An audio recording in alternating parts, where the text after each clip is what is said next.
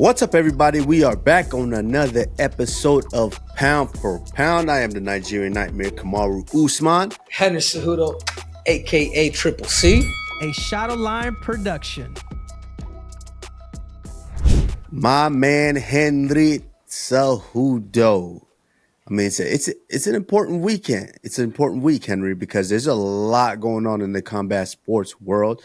For those of you who don't know, the legend, Henry, one of Henry's favorite, if not Henry's favorite boxer, you said that several times, is back into the ring.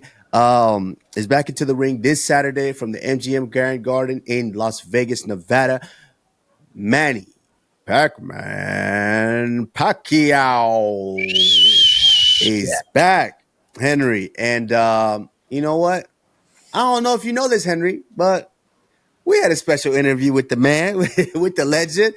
Very, very special interview with him. I think. Were you there, Henry? No, you weren't there. Oh, you were there. Man, we are having technical difficulties, but but I will say this, dude. Manny Pacquiao, 8 division world champ. Dude, even when we did the interview and he said our names, all right, bye, Henry, bye, Kamaru. I was like, oh, shit. It hit different, Kamaru. You were like, let me go to the bathroom. Well, we got it. Make sure you stay tuned. At the end of the show, we've got an amazing interview with the one and only Mr. Manny Pacquiao. But Henry, also in the combat sports world, something that we are familiar with, UFC 318 is going down live from Louisiana. We got Mr. Dustin Poirier taking on Max Blessed Holloway. This is the third time they fought. And yeah, you know what's ironic about that fight, Kamaru? It was Max Holloway's debut in the UFC. Fight. And then now this is Poirier's last fight in the UFC. How ironic, bro. So if a guy like Max Holloway does get it done, I don't think Dustin will say goodbye, bro. I just don't. I don't know. I could be wrong. You know what? That was a question I was going to ask you, Henry. Is how believable do you believe? How truthful do you think that is? Oh, fucking that Dustin Poirier is done. This is it for him. Well, look at me. How many times did I retire? Well, hey, that's Triple C. That's not Dustin Poirier. That's Triple C. I don't even believe myself, dude. So I mean, I think that's a big controversy because based on how he's looked recently, how he looked fighting Saint Denis, how he looked even in his fight with Islam Makhachev. It's people just can't get enough of Dustin Poirier. He's had an incredible career. Everyone knows he's still capable of doing this. But everyone's like, yeah, why are you retiring? You could still do this. You could still keep fighting for our selfish reasons. So, it's one of those things to where it's like he says he's done. But like you said, Henry, if Max does slide in there and take this one away from him, can he walk away? No, I get you, but let's hold off on that because this card is absolutely ridiculous, man. Because from top to bottom, there's drama involved. There is 2 up-and-comers that could potentially crack into the top 10 who may be fighting at bantamweight. So, Kamaru, let me take it from here, my brother. Let's get down to the beef. That's right. I'm talking about the PFL beef that they had with Marvin Vettori and Brandon Allen. I'm not sure if you recall that, but when they're swinging punches or whatnot, I mean, there's a PFL event where even people were making a meme saying that was fight of the night. Give these guys a damn bonus. Yeah, look, check it out. Look at Marvin. We see Marvin's a hothead too, bro. Yeah, people being separated. We see Marvin. Ooh, and B. Allen just said, "I'm with the smoke, with the ponytail."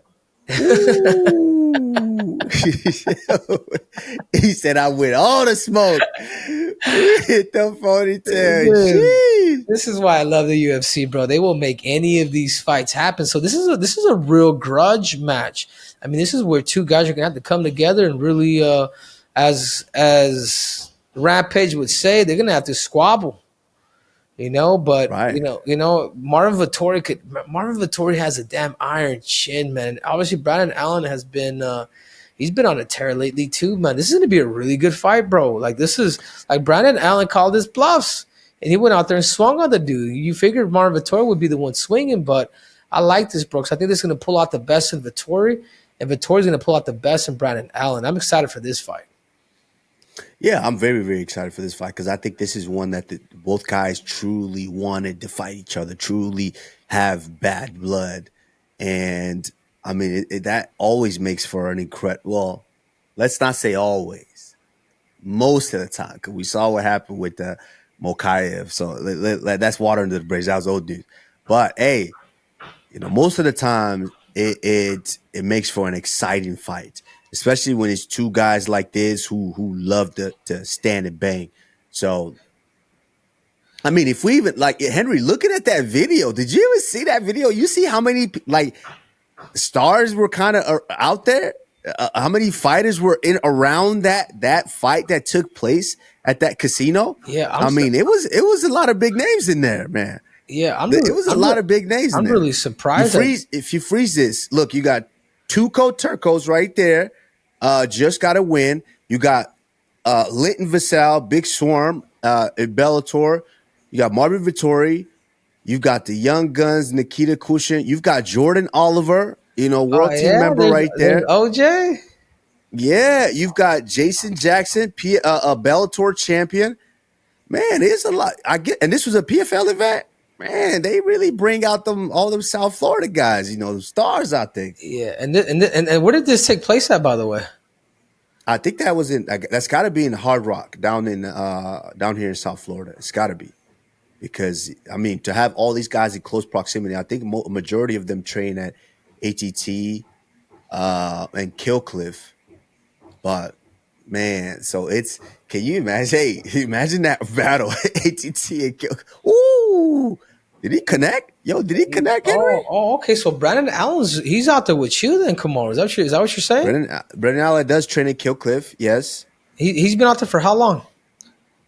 I've been, I'm here. Ooh, I think he did land some. Ooh, that 232. That's some fucking BKFC shit right there. Right. He's been out here. I'm periodically here because when I am in training camp, I do my training camps out in Denver with at Onyx with Trevor Whitman and Justin. So, but Brandon Allen. I think he's been out here now for a couple of years at Killcliff. Very, very talented. He's always been talented. He's got good skills, good jiu-jitsu.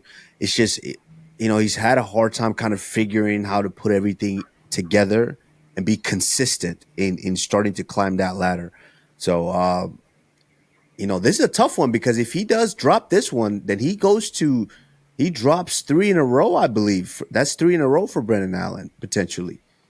So this is a tough one for both guys. I think it's going to be a banging one. And I think, hey, this potentially could be fight of the night on that prelims if both guys are willing to actually stand and trade. Yeah, no, I like it. I like this fight. This is the fight maybe out of all of them that I'm looking forward to the most because there's a story to be told. This is why I love the UFC, because they're going to connect these two freaking dudes together and they're going to scrap. But the other fight, man, that I think is under the radar too is Kyler Phillips and Vinicius from Brazil, man. That Vinicius Oliveira from Brazil, bro. He's a 5'9" bantamweight dude. He's been on a freaking tear lately. But I don't even think people should be sleeping on Kyler Phillips. Kyler Phillips is really good, bro. He's got a win over Song Yadong. He has wins over a lot of good people, man. I just feel like, he did lose to Fon his last fight. Has a win over Pedro Munoz, who was, close to fighting for the title. Yeah, dude. This kid, man, the bantamweight division is ridiculous, man. Look, has a win over Barcelos, who put the hands on on your boy unanimous decision over Talbot. Barcelos. I mean, bro, people, you cannot. To me, this is the most competitive fight in the whole fight card. It's at 135 pounds. Am I wrong? I could. You know what? There's a good argument for that. Very, very good argument for that. But who you said? Phillips had more fights, or Vinicius has more No, fights? Vinicius has more. He has more Vinicius has fights, but 25 fights. Kyler Jesus. Phillips has gone through everybody, man. Kyler Phillips is a legit. No, I like it. I think this is there's a couple of fights like that. The names aren't outrageous, that outrageously big, that jump out on the fight card. But hey, this could be there's some fights on here that'll be scraps. Obviously we mentioned the Marvin Vettori fight. There's a couple other fights on that undercard as well. The Ryan Spann, Jimmy Crute.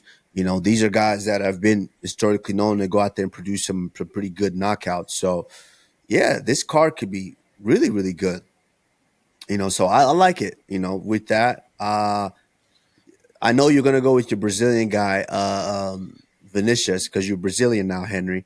I mean, the Mexicans abandoned me, Kamaru, because I was born in the USA. I was born in the USA. So I like this fight. I think if I had to go with someone, I want to go with I think as far as quality wins, I want to go with Kyler Phillips here. I think he's just got those quality wins that are just show how savvy, how much of a veteran he is. So I'm gonna go with him right here for this fight. Yeah, and that's it for my prelims. I know you going with Vinicius, so you go ahead and do your thing. But I'm going with Phillips. All right, Henry, before we get into our next fight on UFC 318 preview, let's take a moment to thank our sponsors, Prize Picks. Prize Picks is the best place to win cash while watching sports. From football, basketball, and most importantly, this weekend, UFC. Henry, the app is easy and fun to use, especially on fight night.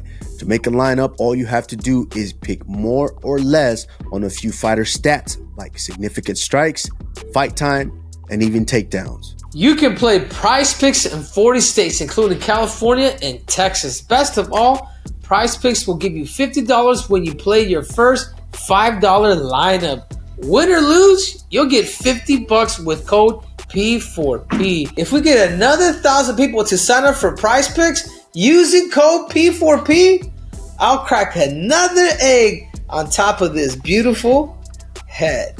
Don't let it drip down to your face. Yeah. Hey, back up a little bit. Let me see where you at. Yeah. Everybody at home, go ahead and screenshot that. Bam. This is going to be an awesome card, and there's no better way to watch it than knowing you got your picks in with Prize Picks. Just use the promo code P4P and download Prize Picks now. Now, Henry, let's get back to the next fight. This right here, hey, this is also potential fight of the night right here. Henry, can you ever think of a Michael Johnson fight that was boring? No. And I tell you what, though, Daniel Zellhuber, he asked for this fight. I became pretty good friends with him now. That dude is a 6'1" Mexican. There's not a lot of 6'1" Mexicans unless maybe you're talking to the Mexican market, David Benavidez, bro. Like, you know what I'm saying? Like, there's not a lot of 6'1" Mexicans, Henry? I mean, there's some tall people, but dude, typically so they're your height. Pretty much. Is that what you say? They're from 5'4", maybe 5'6", and that's about the range, dude. But that being said, Daniel Zellhuber, he's really starting to understand the marketing game, and I'm happy for it because he's like, you know what, Henry, I'm gonna listen to you. He ended up calling out Michael Johnson out. Like, it's been in his repertoire to start building his brand. He believes that he could really not just beat a guy like Michael Johnson, but actually finish him. And guess what, Kamaru? I believe him. This dude, this dude is hungry. This dude is dedicated to his craft. Like, he ain't fucking bullshitting. And I think with the loss that he had over UFC Noche, like, it's really built this chip on his shoulder. And as good as Michael Johnson is, and as fast and the speed that he has, I just feel like there's a little more thump with Daniel Zellhuber. So I could see Daniel Zellhuber getting the job done and not just beating him, but putting his damn lights out. What's up? Wow. Is that too much? Blasphemy. Am I wrong? So you're responsible for the call out of Michael Johnson. Is that what you're saying? I'm responsible for making them call somebody out, but he specifically chose Michael Chandler. Yeah, of course, dude. I have a lot of influence. Michael Johnson. Even though some of these Mexicans, they may not hang out with me as much no more. When I talk, they listen, and this is one of them right here, dude. You know.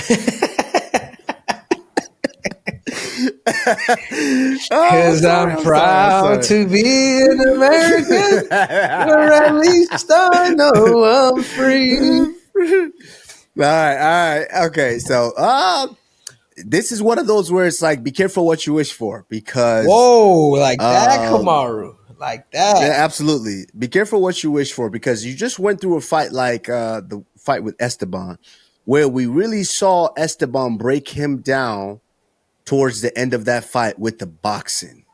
Esteban broke him down with the head movement and just eventually broke Zellhuber. It was a fantastic fight. Don't get me wrong.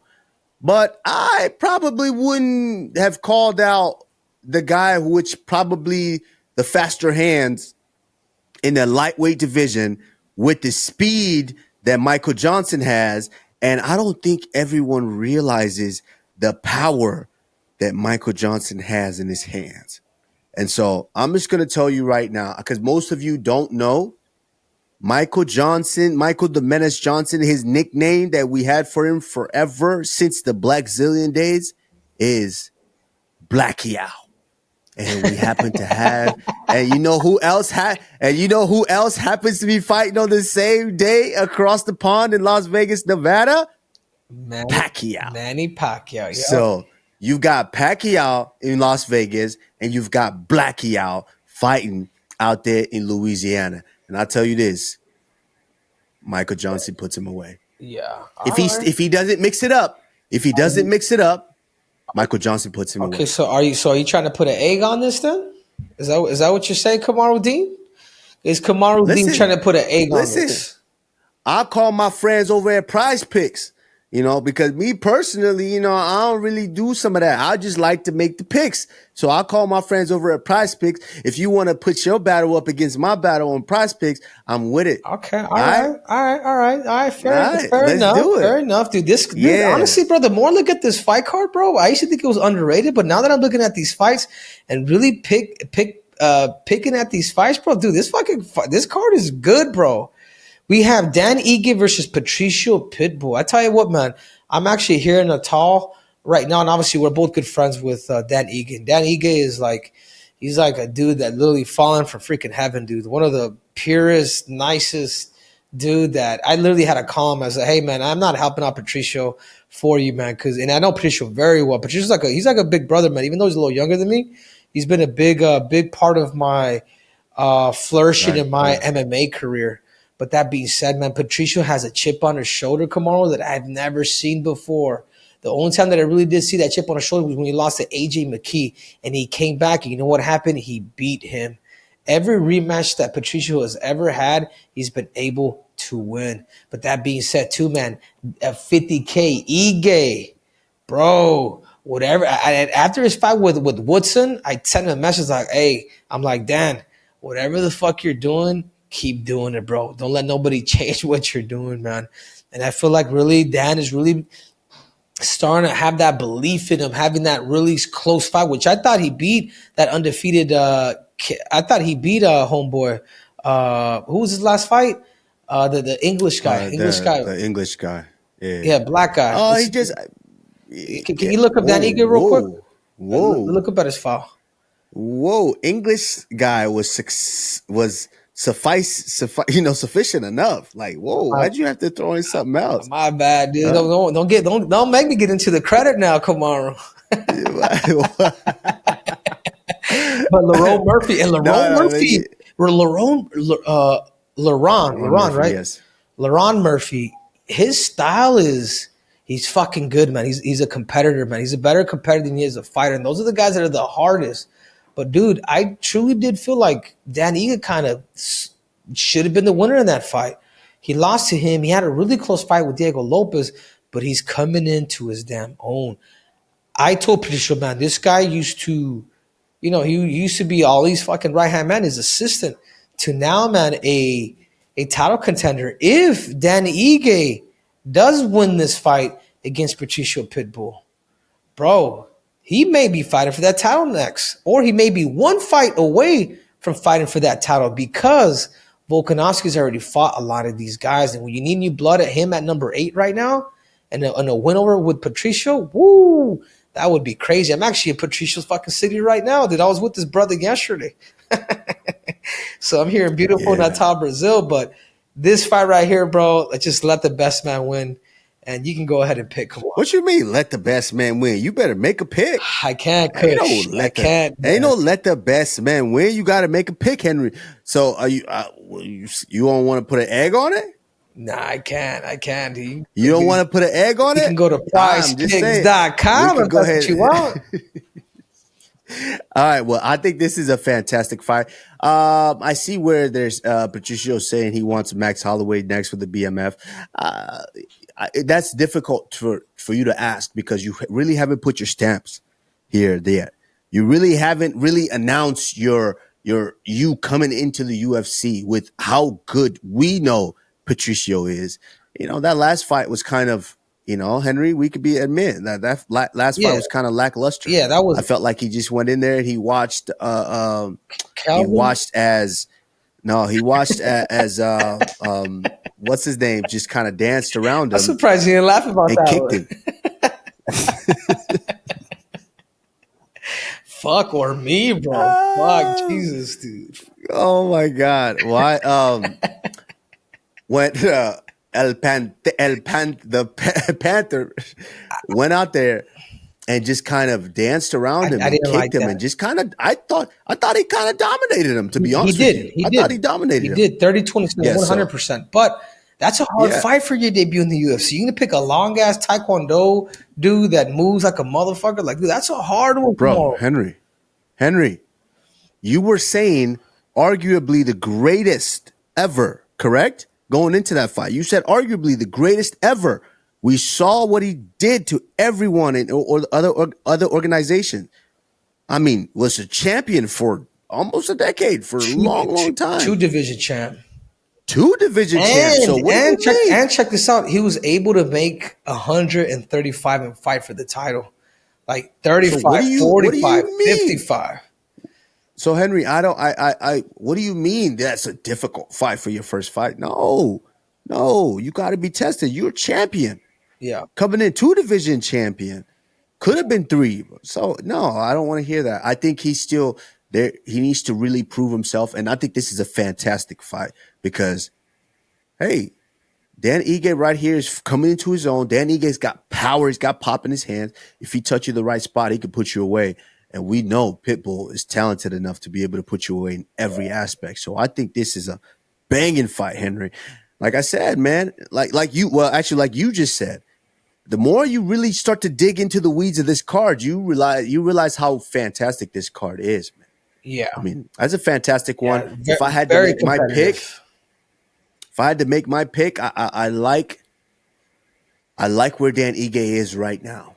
I like where he is right now. I hate to pick against Patricio, but with what we saw in the last fight and what I've seen from Dan Ige, I like Dan Ige for this one. Yeah. No, I ain't mad at you, bro. That's fuck. Yeah. Let's move on. Now I ain't trying to talk about this. We move on. Next fight. I feel like we just saw this guy last week. Kevin Holland taking on Daniel Rodriguez. And didn't Kevin Holland ask for a different guy? I believe he asked for Chaos, Colby Covington. Oh yeah, but unfortunately, he got another southpaw. Colby Covington's a pussy, man. That dude's just wow. He's a straight pussy, dude. Honestly, like at one point when you fought him in his prime, Kamaru, I'd be like, hey, dude, run away from Kobe. He hasn't really been the same, bro, since that second fight with you. Am I wrong? Hey, hands up. But just straight up, am I wrong, Kamaru? No, the thing is, he's had a lot of downtime. If you really think about it, since me and him fought, he's only had 3 fights? 3 fights, and we fought November of 21. So that's a lot of. I believe he's fought. He fought. Who else has he fought? He fought, I believe, Masvidal. Yeah, he's fought Masvidal, Edwards, and Buckley. That's 3 fights since 21. So that's a lot of downtime. You can't really get into your groove. You can't really get into your rhythm. So yeah, that's a tough one, man. But it's a good one. But I'm gonna have to off the top. I'm gonna go with Kevin Holland here. I think he's obviously the recent activity kind of gives him that advantage for him to be in the zone, be in his flow, be in his rhythm, and Daniel at one point Daniel Rodriguez was in an excellent trajectory where we were like, man, this guy could be that guy. But then there was a couple of performances there where it's like, is he just kind of backsliding or is he, I don't know. But I'm going to have to go with Kevin Holland on this one. Also, just because of Kevin Holland's ability to mix it up. I think Kevin Holland has better grappling ability. So if the fight does somehow hit the mat, I think Kevin Holland kind of excels in that aspect. So I'm gonna go. Obviously, like I'm gonna go with Kevin Holland on this one. But I also, Henry, I think both of the guys like to throw hands. So I also think both of them combined are gonna have more than 85 significant strike because Kevin Holland really throws a lot of strikes. Yeah. And so does Daniel Rodriguez. So yeah, that's who I got. Henry, who you got? Yeah, no, for sure, man. Well, think about it this way too. Like Kevin Holland in history, he is the most active fighter in UFC history. In other words, he's fighting what is it, 3.8 fights per year. Like pretty much he's pretty much fighting 4 times a year, which is absolutely ridiculous, man. I want to say this is his. Yeah, this is going on his 4th fight this year, and it's barely the half the damn year. I mean, there's something to be said about that, and I also do believe that kind of makes Kevin Holland a little bit dangerous. But you're right. I agree. I think the best chance that Daniel Rodriguez has against a guy like Kevin Holland is he's going to have to really get into that fight zone and just fight him till the death. I mean, he comes from that Mexican background. Till the death, hasta la muerte. And I feel like that's where Daniel Rodriguez has to take it in order for him to actually get the victory. But I will say this now. I will say it's going to be higher than 85 significant strikes for this fight between Kevin Holland and Daniel Rodriguez. So that's my pick. I am going higher. All right, so we move on to our next fight. Finally, Henry Cejudo, your boy, Paulo Costa, is going to step in there. Fingers crossed. Let's hope everything goes well with the weight cut. Let's hope Paulo Costa comes in there and gives us another banging performance. Paulo Costa taking on Roman Kopylov. Obviously, the UFC knew what they were doing here. This whole main card is a scrap-friendly card. It's where the fans they has the potential for the fans to just be at the edge of their seat, going ooh ah, because everybody is coming to thump with these. There's not a lot of grapplers on that main card, so we don't want to expect a ton of grappling. But this one, Paulo Costa taking on Roman Kopylov was scheduled, I believe earlier this year, about a month or two ago was scheduled, but unfortunately fell through. So we move it on to this card, and Louisiana gets a banger. Yeah. And if I had to pick here, I'm going to go with Roman Kopylov. Really? I think the lack of activity for someone like Paulo Costa makes it extremely difficult to get in that groove, even though I do think Paulo Costa has more power in his hands and he's able to kind of deliver one shot to finish the fight. I think Roman Kopylov fighting just more frequently, I think definitely helps him, and I think he gets the job done. Now, let's be honest. Both of these guys aren't the greatest wrestlers to get each other down. But I'm going to go, I believe is it a 3-round? If it's a 3-round, which I would expect for Paulo Costa, I believe Roman Kopylov gets it done against Paulo Costa, but I definitely believe less than 131 significant strikes total. Yeah, I'm gonna have to disagree with you, but I'm also gonna go with more. I believe that Paulo Costa has fought everybody from Yoel Romero to Israel Adesanya to Robert Whitaker, to Marvin Vettori. He's fought everybody. I think this is a step down from him from the highest level of competition. Not saying that but Kopylov, he hasn't fought the same competition that a guy like Paulo Costa has fought. Course. So I do believe that this is going to be higher, but I do have Mr. Secret Juice getting back in that win column and going out and doing this thing. All right, Henry. Now we move on to the main event of the evening. But you're right, though. Hold on real quick. But Max you're right. Bless. The Secret Juice, you fucking never know, dude. That dude's going to show up or not. Dude, Hey. You got who you got, Henry. You got who you got. Hey, you got who you got. If you want to switch up, go on Prize Picks and do your thing. But, hey, I got you. Max Bless Holloway for the main event. Not just main event. The BMF title. Max Bless Holloway taking on Dustin Poirier. And I believe this makes Dustin Poirier the one and only man to ever fight for the BMF title twice, I believe, now. So Dustin Poirier is fighting Max Holloway for that BMF title. Yeah. I mean, let me see when was Dustin's last fight? He fought Makhachev. June. That's about a year ago, bro. Over a year ago. But then again, Max Holloway just got knocked the hell out, dude, by Ilia Topuria. Wait. You ain't had to add the hell out. You ain't had to add that part. I just can't. I just got that hate in me, Kamaru Dean. I just got to I see that. But that being said, the person that needs to make a judgment in this fight, because he is 0-2 against him, it is Max Holloway. Max Holloway is really going to have to be the person that's going to have to bring something new that Poirier hasn't seen, because he's 0-2. And I was there in that fight when they fought in Atlanta. Actually, we're both there. We watched that fight live, and it was a bloodbath. But I just feel like with Dustin, Poirier has a little bit more thump. And particularly because Max Holloway, obviously he did get rocked for that. It was back in October, I believe, where he got rocked. So, but he's been on a mission too, man. Yeah, dude. I think I could see potentially Max Holloway, bro, getting that W, man. Call me crazy. I just if it comes down to that, I feel like the pressure's on Poirier. And for significant strikes, I'm going to have to go higher, dude. I think because Poirier is going to go out there and throw out the kitchen sink, and the Hawaiian line and Max Holloway, I'm going to have to go higher than 244.5 significant strikes.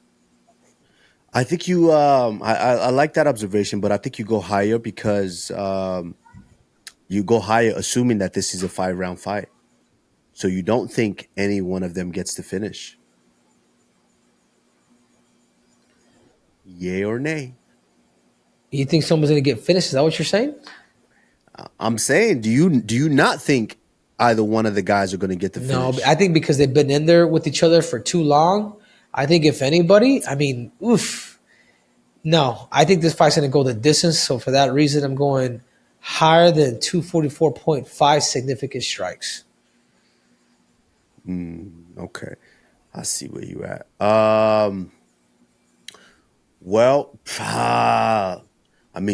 You've got Max Holloway coming off of, Max Holloway has only lost, I believe, 3 fights. Has only lost to maybe 3 people in the featherweight division, I believe. In all of the featherweight division, he has lost to Volk. He has lost to, I believe, Ilia and Dustin Poirier. Yeah, and his last loss after that was Conor McGregor, dude. Exactly. Shit. That's Was that that's featherweight? Was that Conor? Was that featherweight? That was featherweight. Yeah. That was featherweight. Okay, so 4 people. And in the lightweight division, only Dustin Poirier, I believe.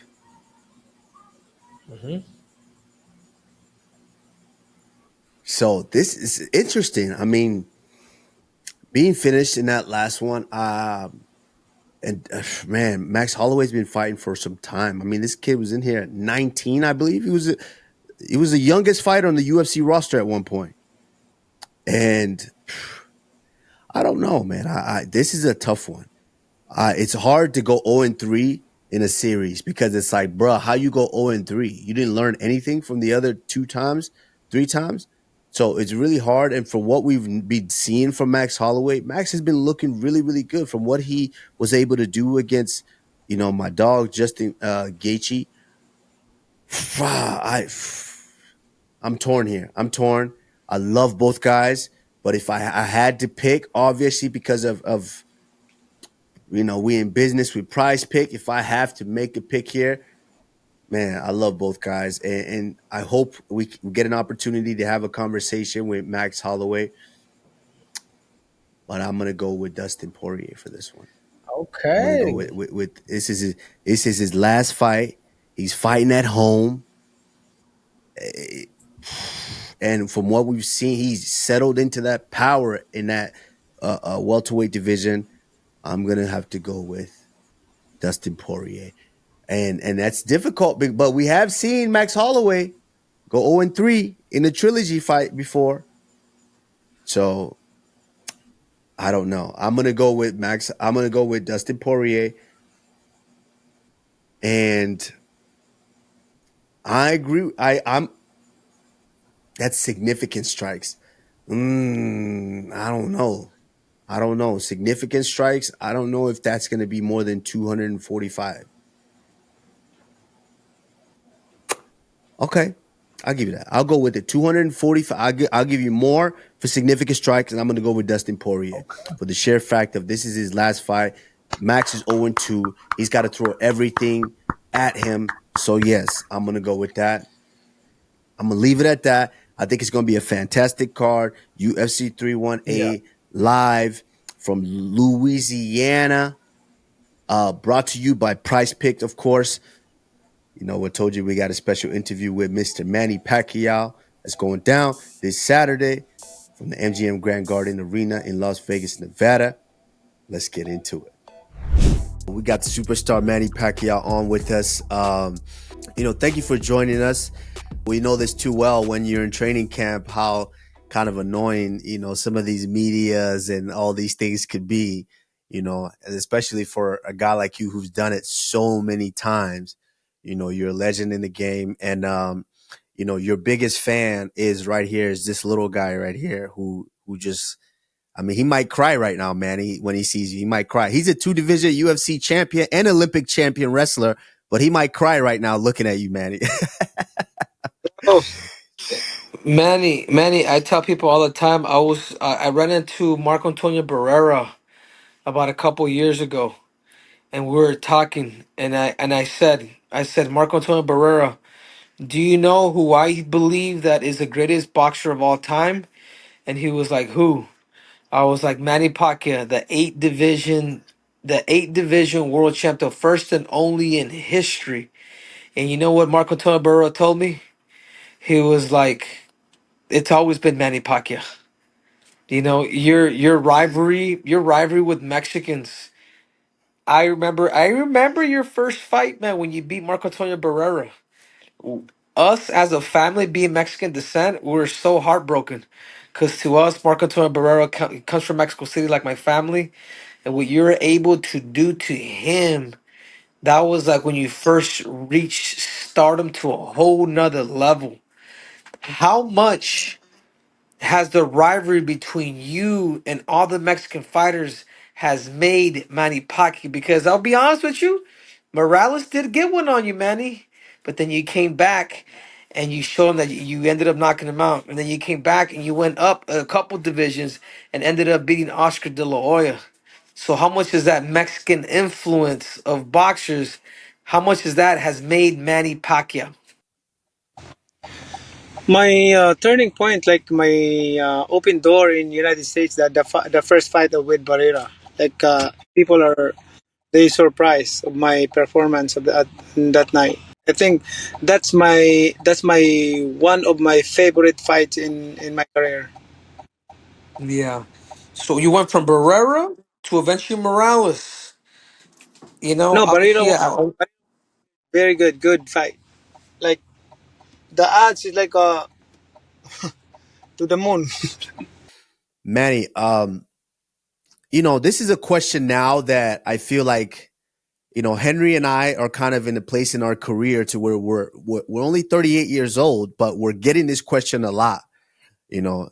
And for you, being the superstar that you are, and have done it all, you've seen it all through your career, have retired, and then now at the age of 46, everyone is wondering, Manny, why are you coming back? What is there for you that you feel like you have left to achieve in the sport of boxing? When I announced my retirement 4 years ago, I just it's like, I'm so sad and we're crying. Like um, I'm so lonely after that, and because I know I can still continue my career, and I can, because boxing is my passion. Like I grew up and I grew up in boxing. I started boxing when I was 11 years old. So um, I really miss those days, that the way I work hard, the way I train, discipline like that. I miss those days because it depends how you discipline yourself. Like, time management, discipline is the most important thing. Like, um, because I'm a boxer for a long time, but not for me, not only a boxer, but I'm studying what is boxing, what is the secret of boxing. Like I mix boxing to science. Right, Manny. I mean, it showed in your career just how you've broken down each and every one of your opponents to have some of these spectacular finishes in all of your fights. Um, Manny, real quick, from what I'm hearing is that your son is about to make his professional debut now in the sport of boxing. Yeah. So now thinking about that as a father now, that with all that you have accomplished in the sport of boxing and all that you had to go through just to support your family, how are you with him going into the sport as well? Are you like a supportive dad who you're like, hey, let's do it, I got you, I'll train you, I'll help you get there? Or are you kind of like hands on to where you're like, we saw the Eubanks where he didn't want his son to box and his son, becomes a world champion? How do you feel about your son going into it? That's right. Like I don't want him to box, but he told me that his passion, that his passion to follow my footsteps. And I told him that, don't expect, when you box, don't expect that you will become like your father, because you will be you're gonna be frustrated if you don't gonna be like your father. I mean, my accomplishment in boxing is beyond of our own imagination. Like nobody knows. Like even me myself, like I never imagined that I would have done those accomplishments in life. But I told him, just for experience, if you really want to box, then try it. Like, boxing is so hard, and I show it to him right now. I'm in training. Like I told him, you have to watch. You better watch my training, so you will know how hard boxing is. Yeah, Yeah. Manny, I got one for you because I know you got a little bit of time here, man. What's your take right now with boxing, with the state of it? Do you believe what Turkey Al Sheikh is doing, coming in with boxing, trying to create the UFC model for the sport of boxing? How Dana White be involved with Terrence Crawford, Canelo Alvarez? Like obviously, I know you're a fan of the UFC, but do you think that would be very beneficial for the sport of boxing? And will it still be as lucrative as it is now? Because I know your paydays, Manny, your paydays have reached levels that a lot of people will never reach. 20. I mean, it's a lifetime what you've been able to get paid through De La Hoya, Pacquiao, through Mayweather, Pacquiao. I mean, you fought the biggest names, Sugar Shane Mosley. Do you feel like Turkey Al Sheikh? Do you believe he can make a difference in the sport? Where the best fight the best? Um, First, I wanna say thank you to Turkey Alasik because of his support and love of boxing, and boxing is boxing. Like the payments of boxing, like the standard of payments of boxing, like way higher than UFC. Like, but I'm not underestimating UFC. UFC is good sports also, but boxing is boxing. I like UFC also, but the standard of boxing is like higher than UFC in terms of uh, purse, guaranteed purse, boxing. Like um, that's the difference. But you know, I enjoy watching UFC also. I'm not. It's a good sport also. Yeah, is Turkey making a difference? Could Turkey have the best fight the best? Yes, Turkey is a big help to boxing industry. Like he helped a lot of boxers and he promoted a lot of good fighters like Canelo and Crawford, everything like that. So it's big help for boxing industry. All right, Manny. Now you're going in on Saturday, July 19th against Mario Barrios. Mario Barrios, a guy that's kind of had a resurgence since the Tank fight. He had a great fight with Tank. Ultimately, ended up losing that fight, but he's looked good ever since then.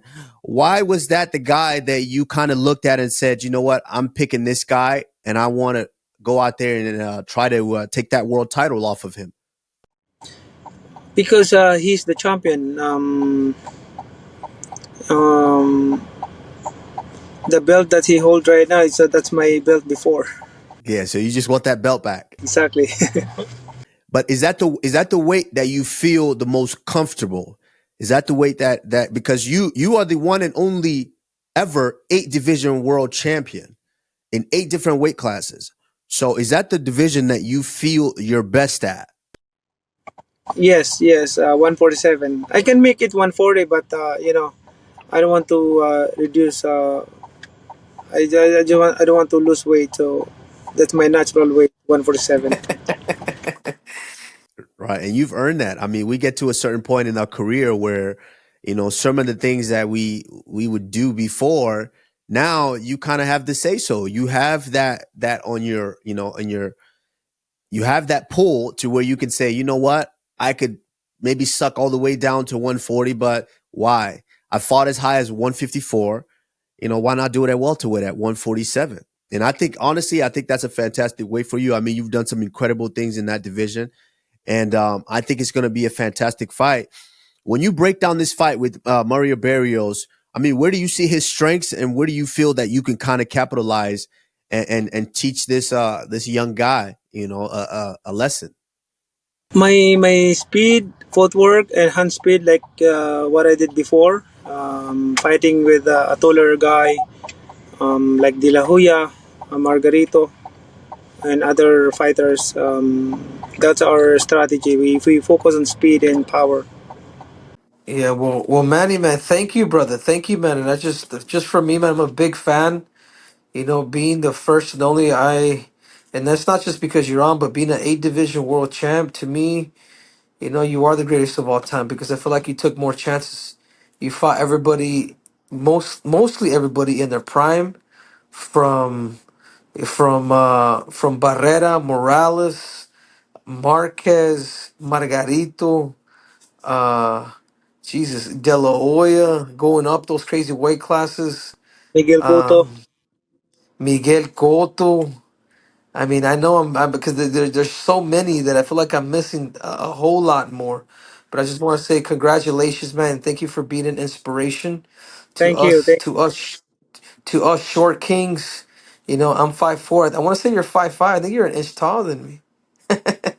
How tall are you, Manny? 5'7". Oh, 5'7". 5'7". Are You're you the short sure, king, Manny? Henry. Are you sure, Manny? 5'7" Yeah. because I play basketball, so they measure me. Yeah. Oh, before we go, Manny, a couple of things. One, there was talks. There was just talks and rumors all the time about potentially Manny Pacquiao and the Mayweather too. Was there any truth to that, or is that still kind of up in the air of maybe potentially happening? Well, it's up to him. If he come out to retirement, then we'll have a maybe a Pacquiao too. Would you do an exhibition with him, or would you potentially entertain an exhibition with someone like maybe a Conor McGregor? No, I don't like exhibition. Like I want if Mayweather is my opponent, I don't like exhibition. Like I want fight. Like there's a decision. Right. And we hear you're quite the professional singer as well. You know, Manny. I wanna be forever. I wanna be forever young, forever young. I want to be forever young. Woo! Oh, Manny. Manny, Right. once again, I just want to say thank you. I know obviously the camp and all that you've been through so far, it's tough. We know, you know, and I just want to say thank you for taking the time to just speak with us and kind of give us a little bit of insight on your fight. July 19th, Manny Pac-Man Pacquiao You guys. taking on Mario Barrios live at the MGM Grand Garden Arena. Man, you don't want to miss it. Thank you, Manny, for joining us. Appreciate you, my brother. Legend. Thank you, Henry. Kamaru, thank you. Thank you, Manny.